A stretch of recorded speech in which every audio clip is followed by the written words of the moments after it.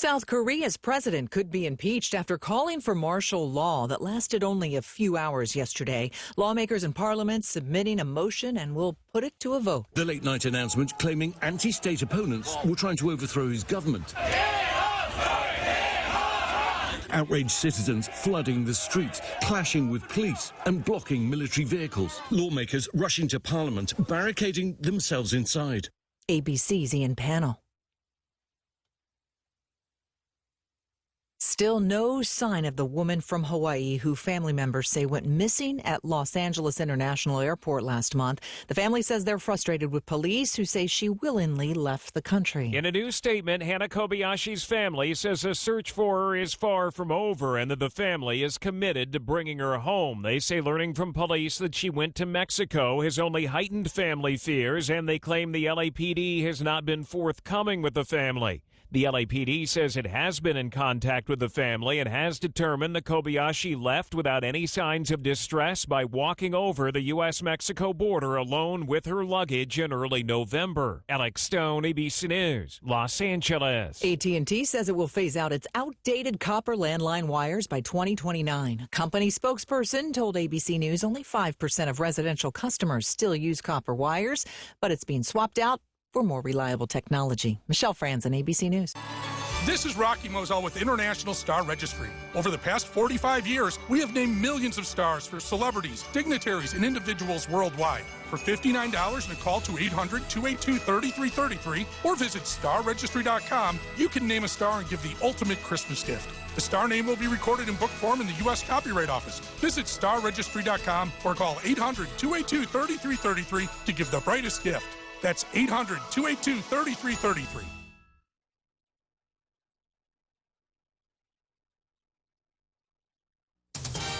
News Talk 610 AM and 102.1 FM. KVNU. I'm Bill Walter, KVNU News. Well, it wouldn't be winter without another season of bundling up and riding on a horse-drawn sleigh through hundreds of wild elk. The winter sleigh rides began at the Utah Division of Wildlife Resources Hardware Wildlife Management Area as of Sunday.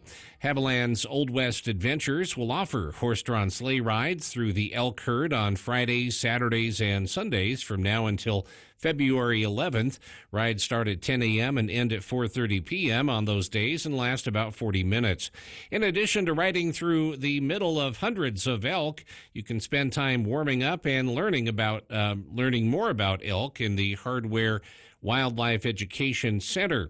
A new All About Elk exhibit will be available to look at in the center's habitat room. Fun activities for families will be held in the center at 11 a.m., noon, 1, and 2 p.m. on Fridays, Saturdays, and Sundays. Each activity runs for about 30 minutes. There's no cost to visit the center and participate in the activities. The elk seen at Hardware this winter have been known to migrate long distances. Elk at the Hardware Wildlife Management Area have traveled as far as Montpelier, Idaho, and Cokeville, Wyoming. Levels of fine particulate matter have decreased along the Wasatch Front in recent years, even as the population has grown, according to a report from Utah State University. The report, compiled by researchers at USU's Janet Quinney Lawson Institute for Land, Water, and Air, attributes those improvements over the last decade to better monitoring of air quality, clean air legislation, and industry upgrades. Researchers presented their annual Land, Water, and Air report to the governor, lieutenant governor, and several lawmakers Tuesday morning in an effort to guide policy about the environment, land, and water use in the state. The 166-page report touched on a variety of topics from wetland restoration to the state's snowpack, but Institute Executive Director Brian Steed led off by discussing air quality. The good news, he said, is that the amount of PM 2.5 fine particulate matter, less than 2.5 microns across in the air, has been trending downward over the past decade. Pollution from those particles has long been known to be harmful, and a recent study from Intermountain Health found such pollution from wildfires and winter inversions can increase inflammation in people with heart disease. But Steed said he thinks the state is under-monitoring another type of pollution, PM10 particles. Those are slightly larger dust particles that can be exposed when water levels in the Great Salt Lake fall. And D.L. Evans Bank has awarded $2,625 to the Cache Valley Humanitarian Center as part of its 2024 Employee Directed Donation Initiative. The program allows bank employees to nominate their favorite nonprofits in Idaho and Utah to receive $2,500 in donations with a 5% bonus added in the name of the nominating employee. David Mumm, a senior commercial loan officer and branch manager at the Logan branch, selected the CVHC for the donation. The center works with 26 local organizations and 3 school districts to meet community needs, providing items such as back-to-school kits, hygiene supplies, winter clothing, and books for a Navajo library. The initiative reflects the bank's commitment to supporting local causes through employee involvement. The donation is the latest made by the bank this year. In June, a number of northern Utah organizations received similar donations, including Cache Community Food Pantry, Catholic Community Services of Utah, and Habitat for Humanity for northern Utah. And this marks Cache Valley Media Group's 10th year of helping local families through Cares for Christmas. This year, helping 72 individuals in 15 families. Some are young children. There are quite a few teenagers and young adults and some single parents. You can see how to help deserving individuals who have been nominated at caresforchristmas.org. Widespread haze, patchy fog tonight, otherwise partly cloudy skies, low in the lower 20s, around 23 degrees.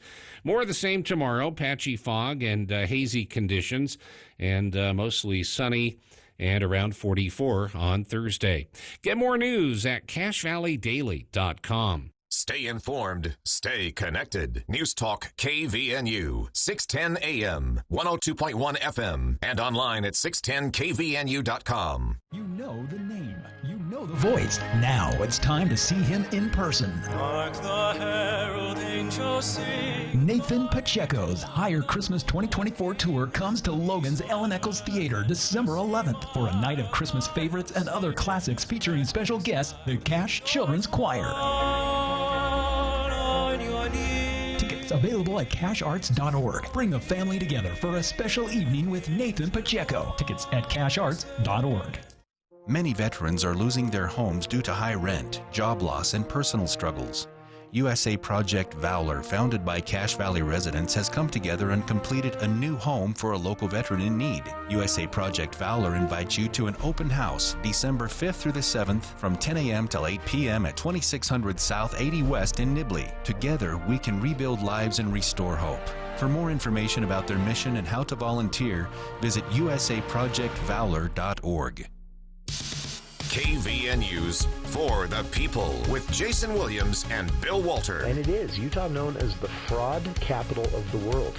Not because we have more people committing fraud, but because we have so many people falling for it. Going beneath the headlines and connecting you to the newsmakers. The radio is a great way to get the word out to a lot of people in an emergency. So we thank you for your help and being a partner with us. For the People on News Talk KVNU, 610 AM, 102.1 FM, online at 610kvnu.com and on the KVNU mobile app.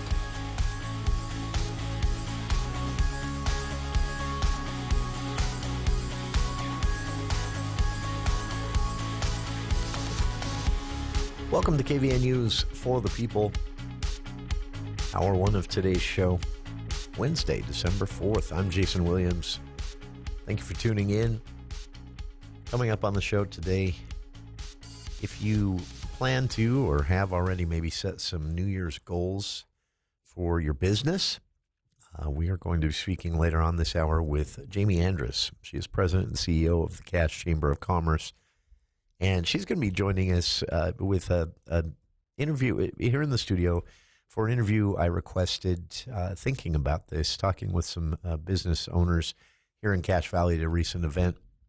and they were talking about some of the goals they'd set for their own businesses coming up. And these businesses ranged from an established business with about 75 employees to one that is in its first year of operation and no employees yet, but plans to have 2 by the end of 2025. And I started thinking about, if you've ever been in business, or if you work currently with a small business in any way, those first few years can be rocky, to say the least, and scary. There are a lot of resources out there for businesses. So I reached out to Jamie and I said, can we talk about this? Can we talk about what, business owners or someone may be thinking of starting a business? Maybe that's their New Year's goal, is in 2025 to actually get a business up and running that they've been thinking about for years. What are some of the resources out there for people in that position, or someone who has a business? Maybe it's a year or a few years old, but they'd like to grow it a bit. Maybe it's an established business that's been around for a long time with 50, 60, 75 employees, but they want to branch out or move into something new. What resources exist for all of those different types of businesses? And Jamie said she would love to come down and talk about that. So we're going to be talking New Year's goals, New Year's resolutions for business owners with the Cash Chamber CEO and President Jamie Andrus coming up later on this hour. Coming up in hour 2, Senator Mitt Romney gave his final speech from the Senate floor today as the Senate wraps up business for the year ahead of the Christmas holiday. Senator Mitt Romney, of course, didn't seek re-election. That means his term ends technically December 31st, though the Senate will stop work before then for the Christmas holiday, barring any emergency sessions that might be called, doubtful. So Senator Romney had a chance to address the entire Senate and the nation today from the Senate floor. And ahead of that, his staff released a video of sorts recapping his 6 years and what he was able to achieve for Utah, things that he says he is most proud of, accomplishments he is most proud of in his time as a United States Senator, serving only that single 6-year term. So we'll get to that in hour 2. To start things off here today, I was hesitant to do this because I don't want to stir anything up for residents or for the respective cities involved here. But we talk a lot about growth and growing pains here on the show. And there are 2 stories currently in the news and in discussion, headed for public meetings, city councils working with residents to resolve grievances or disagreements over things. And the 2 examples I can think of, the tree issue, as I note it in my head with Logan City. This is a story that involves Logan Public Works. They've scheduled a public hearing, a public meeting this Thursday, December 5th at 5:30 p.m. in the conference room at Logan City Hall. And this is to discuss a proposed First Dam pipeline project. The project itself is not controversial at all. With more residents, the city needs more water, and they've got to get water to places where they've got to get that more water to places where there currently isn't a good way to do so. And so this proposed pipeline project would run, a portion of it at least, would run right along Canyon Road there on the island, as most of us know it. And the plan is opposed by a group of citizens calling itself the Canyon Road Coalition. If you've been down Canyon Road, you may have noticed yard signs and green ribbons tied around a group of trees. They've collected about 3,500 signatures on a petition asking the city to halt and redesign the project. What's at issue here is that there's a group of very old trees, and these are cool trees. I'd be the first to admit. They look very cool. These old ash trees, they take a long time to get big, and then once they are big, they can live more than a century. I'm not sure exactly how old these trees are, but I know that they've been in place here in the city throughout most people listening right now's lifetime. So a while, to say the least. A couple of them aren't very healthy, and arborists consulting with the city on this project have said there are a couple that maybe need to come down for safety reasons. The rest of them, though, are slated to come down because digging the pipeline is going to cut so close to their root core, it's probably going to kill the trees. So while you're digging everything up, rather than just cut and build the pipeline, bury it, and hope the best for the trees and have to come back a year later and take them down, City engineers and consultants on the project have recommended you just take them down now because they're likely not going to survive this project based on where the pipeline has to be dug. I bring this up again not to stir up trouble for Logan City or for the residents opposed to the project. I bring it up because it is so emblematic of the growing pains we're dealing with in Cache Valley. This pipeline needs to happen. There's no dispute over that. Well, I'm sure some would dispute it, but if you're being realistic about the growth needs and challenges of Logan City, this pipeline needs to happen. The project is scheduled to begin in the spring of next year and will continue until the fall of 2026. So this is a pretty big project. And the Canyon Road Coalition, the group of citizens opposed to these 15 trees that are slated to come down, they said these trees represent the character and unique identity of this portion of the island neighborhood. And that's important too. All of us, I think, can put ourselves in the shoes of, it's easy to look at this and say, oh, come on, the pipeline has to happen. We've got to get water to other parts of the city and build up our infrastructure. Cheaper to do it in advance than to do it after the fact when the need is already here. So planning ahead is going to save residents of all of Logan City money. It's a smart project is what I'm getting at. But this coalition of citizens, they're asking the city to delay the project's scheduled start to allow for reconsideration. They're also asking for more transparency on the part of the city planners as to the final decision and design. Basically, these residents are saying, are there really no other options? And they're not convinced there aren't other options. For Logan residents, just to throw this out quickly, you can submit questions prior to the December 5th meeting this Thursday. You can email, if you're a Logan resident, you can email logantank@jubjub.com, logantank@jub.com, and then you can, of course,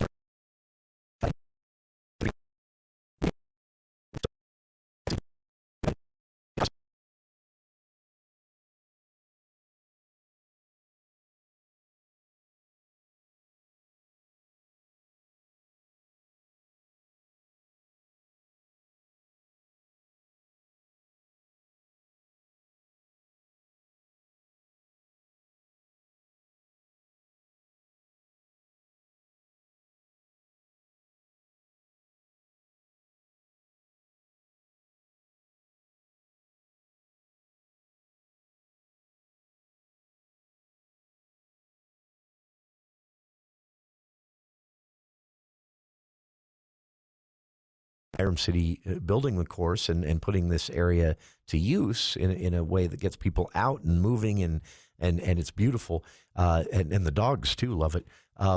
Cities should do stuff like that. But again, I think that everyone, residents, I think could wrap their heads around now the fact that things are going to change better than we do. This isn't to say that you don't speak up if you don't like something, that you just shrug and say, well, Valley's growing. But on the flip side of that, again, I think cities as well need to realize that the change is going to be more invasive and more divisive as we continue to grow. People are going to see things they're attached to in their neighborhoods change or even be removed, or and cities, I think, could be more sensitive to that. I'm not saying Logan City hasn't here. I think Logan City's actually done a good job in this situation. They've they have talked with the residents about this in advance, and they're open to these discussions, and holding the public meeting on Thursday is a sign of that. But again, if there are no other options, what do? You've got to move the water somehow, right? You don't have an endless amount of options on that, especially considering the price of big water projects. And the rest of the city is affected by, changing the project in a way that's going to make it cost 5 times as much. But at the same time, I'm sympathetic to the residents, again, who say these trees, yes, they're just trees, but they're really old. And it's part of the character of this area of the island there off of Canyon Road. And if you've seen it, you know what I'm talking about. It is a cool-looking area. Removing the trees would change it greatly. There isn't a good solution here, which brings me to my second example. On the other side, you may have heard about this a little bit, but some controversy in Nibley over a road design. The road is now open and completed for the most part, and residents aren't happy with the overall design of the road. I had a chance to go out, having heard some of the complaints about the road, I had a chance to go out and actually drive the road today.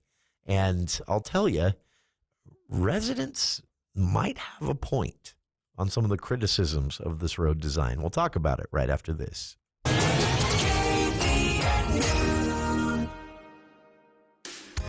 Fatigue, headaches, weight gain, hair loss, insomnia, anxiety, intestinal issues, joint pain. Do you suffer from consistent symptoms like these, and no matter how many doctors you see, things still don't improve? Whether you have a thyroid problem, an autoimmune issue, or chronic symptoms, we can help. We do complex medical testing and blood work to find the mechanisms driving your symptoms. And then we create a plan to improve each one while we teach you the tools to stay on top of your health. We've been helping patients just like you for almost 14 years now. We see patients from all over the world, and we have an office in St. George, Logan, Salt Lake, Farmington, and Springville. You aren't crazy, you aren't lazy. It's not just because you're getting older, and these symptoms are not normal. No matter what symptoms you have, you shouldn't feel this way, and we can help. Don't accept Band-Aid answers. Call Red River Health and Wellness at 855-55-RIVER. Call Red River today. Your 401k is likely one of your most important assets, but it's only one part of a comprehensive retirement strategy. Edward Jones can help you understand how your retirement assets fit into your entire retirement picture, so you work toward your unique retirement goals. Contact one of our 11 offices for Edward Jones in Cache Valley, or go to edwardjones.com. Edward Jones, making sense of investing. Member SIPC.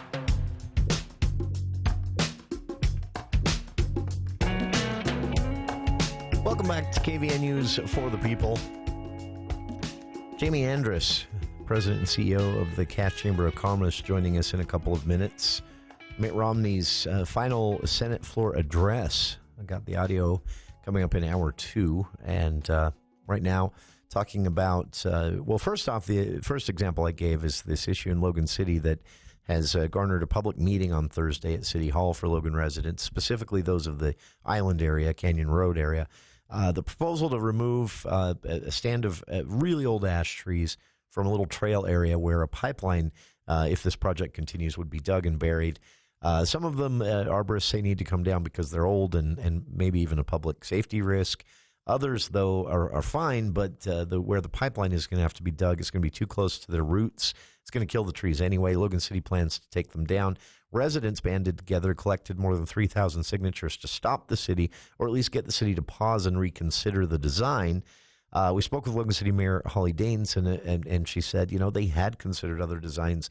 There aren't other options, and the water has to move to account for growth. So a problem with no good solutions, and hats off to Logan City for opening the doors to a discussion with the residents at this public meeting on Thursday at 5:30 at Logan City Hall. The other example I want to give, though, here, and again, my overall point here is, there's guilt on all sides. I think I've seen examples of cities being, I'm not saying Logan City has in this situation, but in the past I've seen examples of cities being kind of insensitive or even thoughtless to how neighborhoods are going to be affected by some of this change and growth. Also, examples of residents who have been, I think, too knee-jerk resistant to the change and growth, not acknowledging that we've got to build houses, we've got to build pipelines for water. There is going to be change in Cache Valley, whether you like it or not. That doesn't mean you shrug and just accept whatever is proposed. No. But it does mean you acknowledge that, like with this pipeline in Logan City, a solution here is not, well, let's just scrap the whole thing and not worry about it. That's not realistic. You've got to move water to other parts of the city. Planning ahead now for the growth that's coming is smart of the city and saves taxpayers money in the end. It's always cheaper to do it in advance. The other example I want to give, I've heard a lot about this, and I had a chance to actually drive it today. There's a road in Nibley that runs north to south, and the eventual plan is that this road will connect Hiram to the airport, basically, via 10th West. It's not quite there yet, but the portion in Nibley is finished and was opened a few weeks ago after being closed for several months. And residents aren't happy. And I've heard everything from it curves too much, it's a safety risk, how are they going to remove snow and ice in the wintertime to keep it safe. There's a bike lane, but it's not a solid bike lane, so there are portions where there's a cement barricade and portions where there's not. That could put ABC children and cyclists at risk. I've heard it all. And one other that I've heard is that it is impossible because of the curb design, which is intended to slow the north to south traffic, is poor design for turning on and off of the road from the subdivisions. The road runs right along. And so I took it. I had a chance to drive it today. And I'll tell you, Nibley City residents, I drove this road, and granted, I don't drive it every day. I don't live in the area, but I drove this road. The curves and twisting of the road, not a problem. I can see how snow removal will work perfectly. The barricade for cyclists and pedestrians is amazing. I actually really liked this road design, and I think that the city did a good job there, except for one thing. And this is where residents of Nibley complaining about this have a very valid point. I came up to one of the connecting roads coming out of the subdivisions there where the new curbing, which again is it's designed to slow the north to south traffic. So you don't have people speeding along there at 55 in what is a 25, maybe 30 mile an hour zone. The curbing is designed to slow that. It's smart. I've seen it work in Salt Lake and other cities. In Iceland, all of their roads were like this when I was there.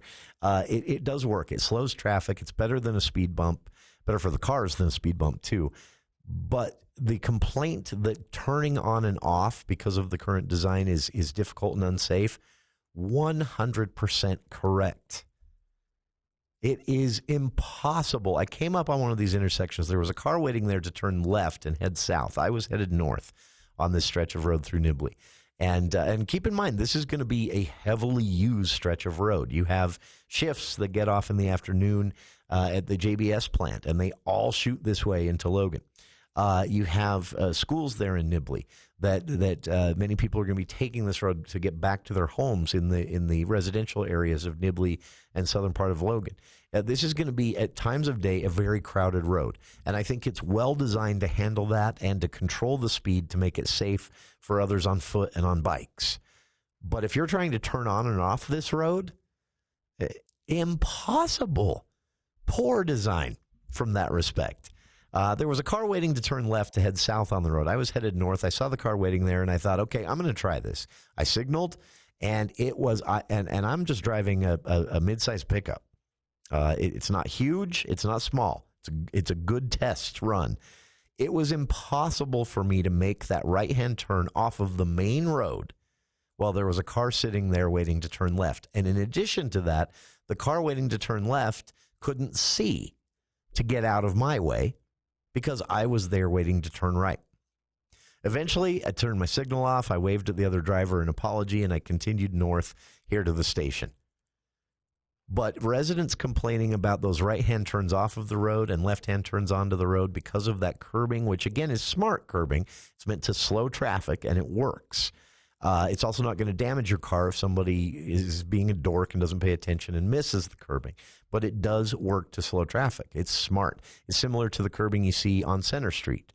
It just takes a little section of the road out, and you have to kind of pay attention, and you can't go very fast. Smart design. But the skinniness of the intersection, in a mid-sized pickup truck, it was physically impossible for me to turn right off of that road and not swipe that car sitting there waiting to turn left. Both of us were at a standstill. If I hadn't given up on the right-hand turn and continued on north with a wave, we would both still be sitting there right now until someone took a huge risk and went. It's too narrow. I don't know what the city can do about this, but that is not a Nibley resident, no horse in this race. But for residents complaining to the city that turning on and off of this road is unsafe and sends people out into oncoming traffic if they do have to get out of someone's way, absolutely correct. Poor design. The rest of the road, though, I'm sorry, Nibley residents, I think the rest of the road's amazing. It would slow traffic. It allows for multi-use, bikes and pedestrians in a safe way. I don't think snow removal will be a problem. I think they've done a great job to keep speeds down, which will keep noise down. I do think maybe a noise wall might be appropriate there. But for the city, residents criticizing the city for the design because turning on and off is too narrow, too tight around those curbs, absolutely. Could not do it in a mid-sized pickup truck this afternoon on the way to the station. So, again, examples here of growing pains. We're going to have to deal with this kind of stuff. Cities are going to have to understand residents are a bit sensitive to the change. Residents are going to have to understand that the change needs to happen. How can be in question, but being in opposition to it, just not realistic on our part as residents. We'll be back on the other side speaking with Jamie Andrus, CEO and president of the Cache Chamber of Commerce, about New Year's resolutions for businesses. If you plan to set some goals in 2025, what resources are available through the chamber and otherwise to help you achieve them? Well, she's going to break it down right after this look at the news with KVNU's Bill Walter.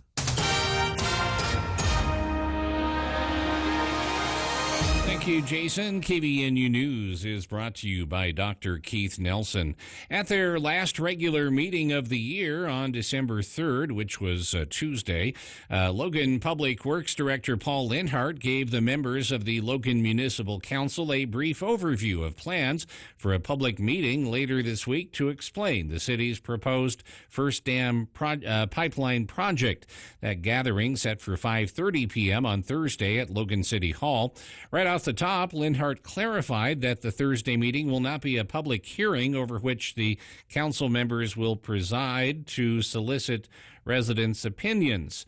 Instead, that meeting will be an opportunity for city residents to learn more about the proposed project and interact with city and contract engineers and planners. Linhart went on to explain that the meeting will first feature a detailed presentation of the project scope in the municipal council chambers of City Hall, followed by a question and answer session. After that, attendees will be invited to view project displays in the nearby city conference room and ask additional questions of city and contract engineers. As Linhart explained, the scope of the proposed project will include construction of a 10 million gallon water storage tank near First Dam and a large diameter transmission water line to convey water from Logan Canyon to areas west of Main Street. Additional distribution water mains will also be constructed to provide redundance to areas east of Main. Significant improvements to the Canyon Road streetscape will include plans to install curbs and gutters, plus a sidewalk, park strip, and bike path. Logan officials say the project is needed to improve citywide water quality and delivery to meet new state requirements for water system capacity and to meet current and future drinking water and fire suppression needs. Some residents, though, are unhappy with the plans as they will involve removing some decades-old ash trees along Canyon Road. Utah State Aggie men's basketball team hosts the Wyoming Cowboys in a Mountain West opener tonight. This after Mason Faltzlev scored 28 points in Utah State 61-57 road victory over the North Texas Mean Green. The team square off tonight for the first time this season. The Aggies bringing a perfect 7-0 record into this game. Wyoming Cowboys are 5-2 on the season. Our game day broadcast begins at 6 p.m. and tip-off at 7 from the Spectrum. We'll have it for you on KVNU. In women's basketball, Utah looks to extend its six-game home win streak with a victory over Utah State. Tonight's meeting is the first of the season between the teams. Utah is 5-0 at home. Utah State 0-3 on the road. The Aggies are 1-7 overall as they will face the Utes women's team at the Delta Center tonight. We'll have that for you on one of our Cache Valley Media Group of stations. KVNU weather brought to you by Triton Medical Supply and Transportation, a partner for your medical needs. Top quality medical soft goods like incontinence supplies and oxygen needs. Some of what they do.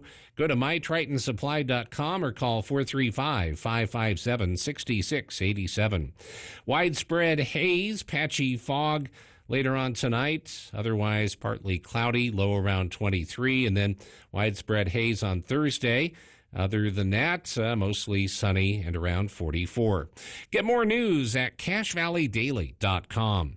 Hi, I'm Dr. Keith Nelson, board-certified, fellowship-trained orthopedic surgeon, and I want to restore your active, pain-free life. I've been an innovator in the treatment of knee pain caused by arthritis and sports injuries for 27 years. I'm the only surgeon in northern Utah to offer Omnibotics, a robotic-assisted knee replacement for your arthritic knee, which has a 97% patient satisfaction rate. Don't live with your knee pain another day. Visit drkeithnelsonortho.com. That's drkeithnelsonortho.com. Dr. Nelson accepts most insurances, including select health plans. This is Branch Office Administrator Amy Rasmussen bringing you the daily financial market report on behalf of the financial advisor T.J. Davis and Edward Jones. Equity markets finished higher Wednesday on a busy day from an economic data standpoint. The ADP Private Employment Survey showed that private employers added 146,000 jobs in November, representing a healthy job growth, but it was below the October reading of 184,000. Additionally, the ISM Services PMI for November fell to 52.1 compared to the prior reading of 56, signaling the services sector of the U.S. economy continues to expand, albeit at more of a modest pace than the prior month.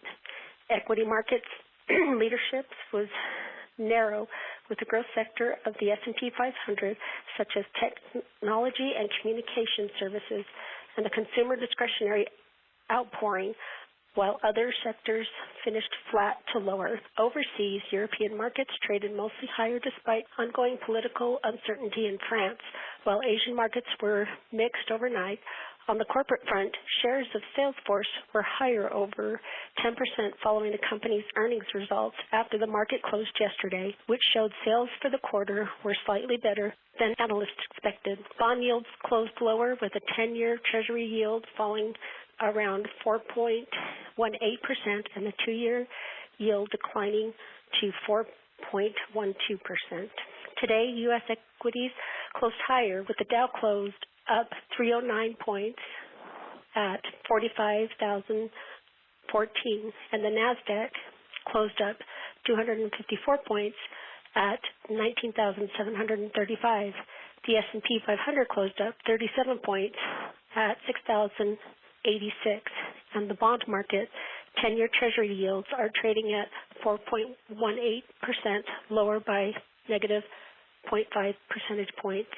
This has been today's financial market report brought to you on behalf of Edward Jones. Hey guys, this is Austin with Performance Garage Door. Just wanted to say thank you for selecting us in this year's Best of Northern Utah. We took silver, and it's all because of our great community. Thank you.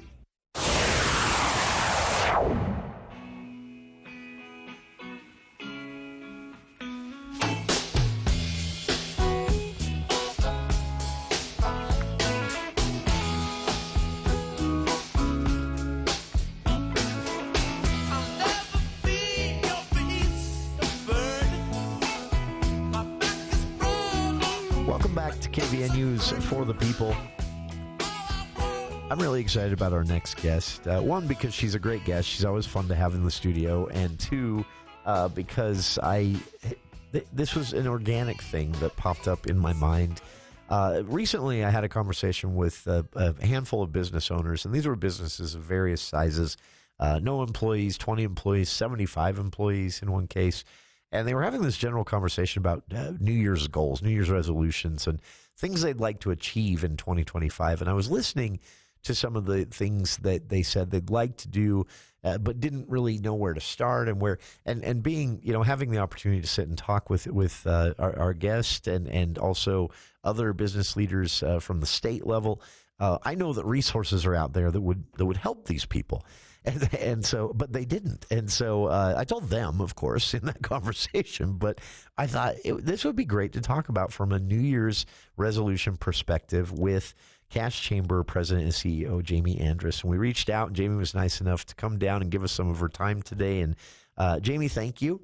You're welcome. This is what you do, right? Your goal as CEO is to promote not just the chamber and increase membership and all of that stuff, to plan these events and keep it active and exciting. But around all of this, the goal is to provide resources for businesses. And every single thing that these business owners mentioned, there were two women and a man, and they all mentioned things that I happen to know there was an available resource for.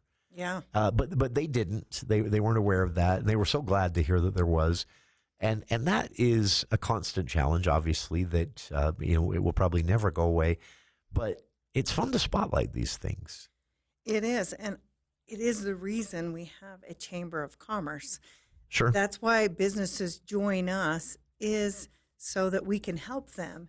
And I don't plan a single event or anything without, in the back of my mind, thinking, how can this help a business?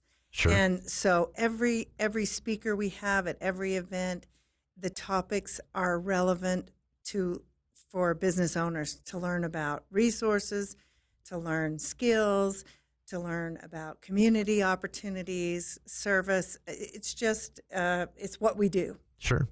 Yeah, one of the goals mentioned by one of these business owners was actually something that was a topic at a recent leadership luncheon event that you hosted through the chamber. And I mentioned that to him. And they're like, oh, sorry, I'm sad I missed that. It's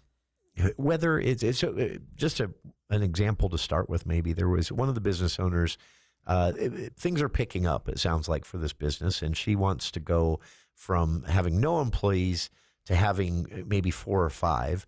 And she said, everybody told me, oh, it gets so complicated once you have employees, and I don't even know where to start. Can I just go hire them and then worry about it later? And this is something the chamber actually provides a resource for. Yes, exactly. And I was just having a conversation with one of our partners, the Small Business Development Center. We have one right here in Logan, and they are part and underneath the Small Business Association, the SBA, right, that we know of. And Marcia had reached out to me, and she said, Jamie, I think we need to put together a resource for new businesses. And she was talking about women-owned businesses. And then I went to a nail salon and was talking to an owner there, and she's a new business owner. She has retail front, so she has products. She works with employees, and she said, here are all the things I really need to know. Where do I start? Do I need an accountant? What about HR? Do I need somebody? How can I do, and so obviously for a small business, these are things that you have to learn to do on your own. Sure. Same thing with nonprofits. They know how to do the business that they're in, but not all the business that supports them. Sure. Taxes and, payroll. And it can be overwhelming. It is overwhelming, and that is our job. So I'm excited to tell you about a couple of things that we do have planned. And this, I love this because we didn't plan this. No, we didn't. See, you had this event already planned when I reached out earlier this week, and I love that. Yeah. So we are incredibly lucky last year and this year, to have our president of our Women in Business organization that's under the chamber. She also is the director of the Women's Business Center of Utah. Oh. And she has an incredible network, and she said, I want to make 2025 an incredible opportunity for the women in Cache Valley. And she's put together this, what she calls the Thrive Series. And it's going to be expanding and accelerating women's potential, empowering success through confidence, growth, leadership, and connections. And she has invited some of the very, very top leaders in the state of Utah who do not live in Cache Valley. All of them live along the Wasatch Front, to come to Logan on their own dime and speak every month to our women in business for the entire year. And if you look at the lineup, it is a big deal. I don't know. Maybe you know the name. Maybe you know some of the names like Charlene Wells or Nubia Pena or... Oh, that's a big one.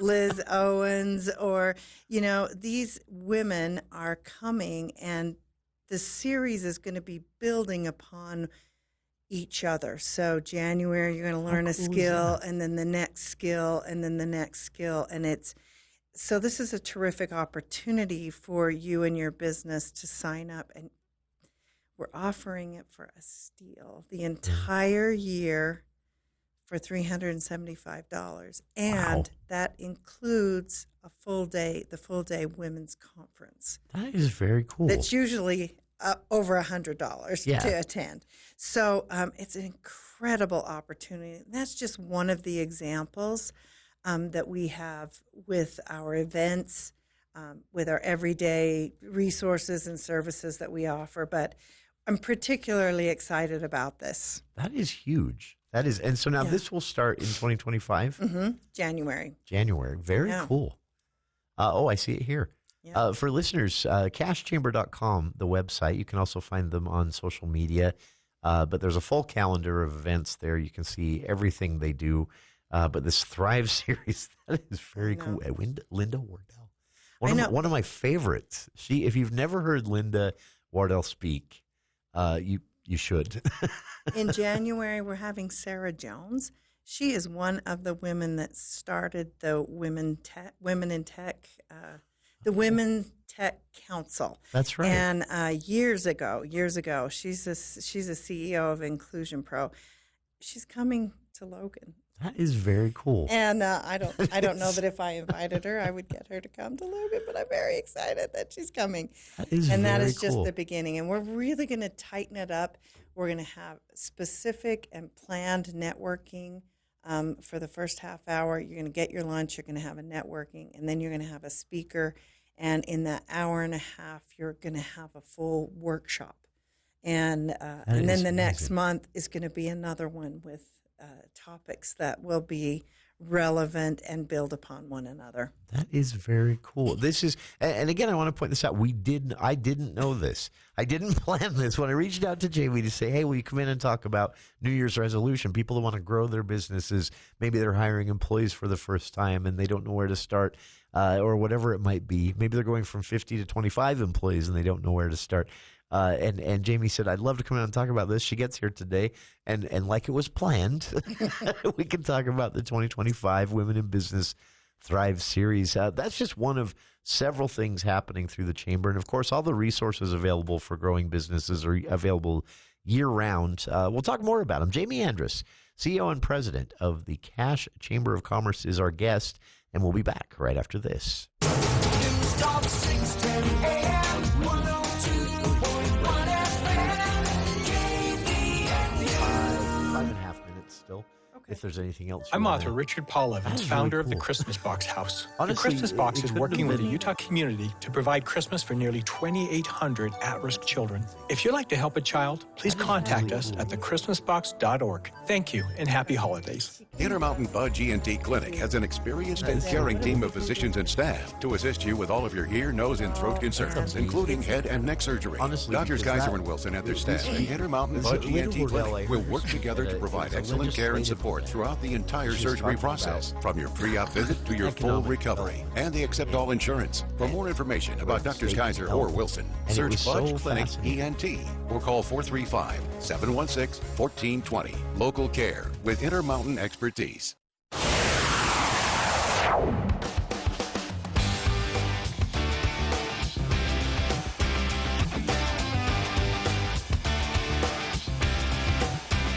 Welcome back to KVN News for the People.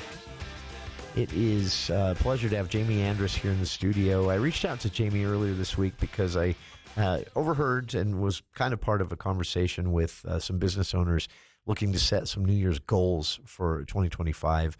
And one of them, for example, was going to be wanted to hire employees for the first time, but she didn't know where to start. Another, there was a gentleman there who was already had a handful of employees, but was looking to maybe double it, and he wasn't sure what. You mentioned it, Jamie. One of the questions is, okay, if I go from 10 employees to 25 employees, do I need an accountant now? These are the kinds of questions that, I would recommend it personally, but these are the kind of questions that pop up, and many people don't realize the answers are available through the Cache Chamber. CacheChamber.com is their website. And resources, many of them free, are available for businesses in these situations. Exactly. And we know a lot of things too. We can advise, connect, put people together, services. We know, a lot of accounting firms do offer several services, to be your accountant, but also do your payroll, make sure your taxes are all done and submitted. It's incredible. We use one at the chamber. It's terrific. That is very cool. And I mentioned the Small Business Development Center. Their services are free. I think for the most part, there may be some things that, they may charge for, but it would be very, very minimal. And we also have a resource page on our website. Yeah. And as we plan our events, Jason, that helped me a lot. The resource page on the website. Yes, and I got a lot of answers there. Yes, and if we'll guide you through it. We'll help you. We'll help you start. Where do you start with a business? How do you grow? And then all of our events and things that we do throughout the year are focused on learning and growing and building your business. And it's amazing. You sent along some things that people can consider and resources available. But you mentioned this. If you're in business, if you're running a business, you're starting a business, you should be concerned about the business environment in Utah. And you mentioned that being a part of the Legislative Affairs weekly meetings during the legislative session can be a great way for people looking to set some New Year's goals for their business to engage not just with the larger business community, but with the business environment that's out there. Exactly. Lawmakers do listen. They do. If they hear it. They do listen, and they listen to chambers, and they listen to, we belong to a Northern Chamber Coalition. Sure. We give them priorities. We've already met with our legislators last week. The week right before Thanksgiving, we already met with all our Northern Utah legislators, and we just listened to President Adams tell us as a coalition, as chamber leaders in Northern Utah, how much they appreciate the priorities that we put together. And we put them together, and we collaborate and work together and take turns on projects. That is so and it cool. makes their job incredibly easier. That's I've had lawmakers tell me that sometimes getting so much feedback actually has helped them write and pass better bills. And that's a big deal because a bill passed affecting businesses in the legislative session affects all businesses throughout the state. So make the legislation smarter by being a part of the conversation. Exactly.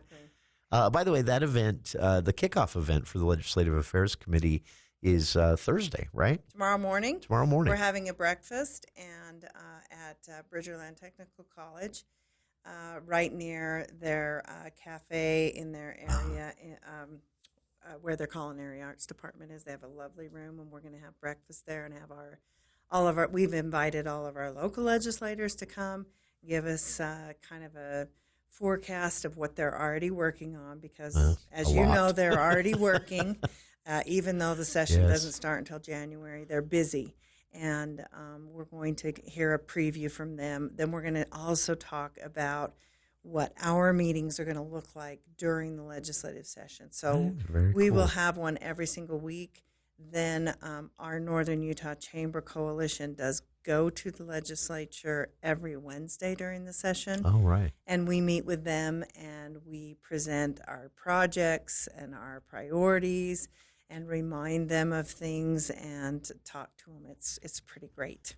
This is all, again, just part of chamber membership, even for non-members. For example, Jamie mentioned this Thrive series next year. Non-members can actually buy a pass as well to be a part of the whole series for just $25 extra. But being a member comes with a lot of benefits. And I want to throw this out, too, for members and non-members alike. If you want to just get started, get to talk to people, get to meet people, and connect with more resources for your business, go to the monthly leadership luncheons.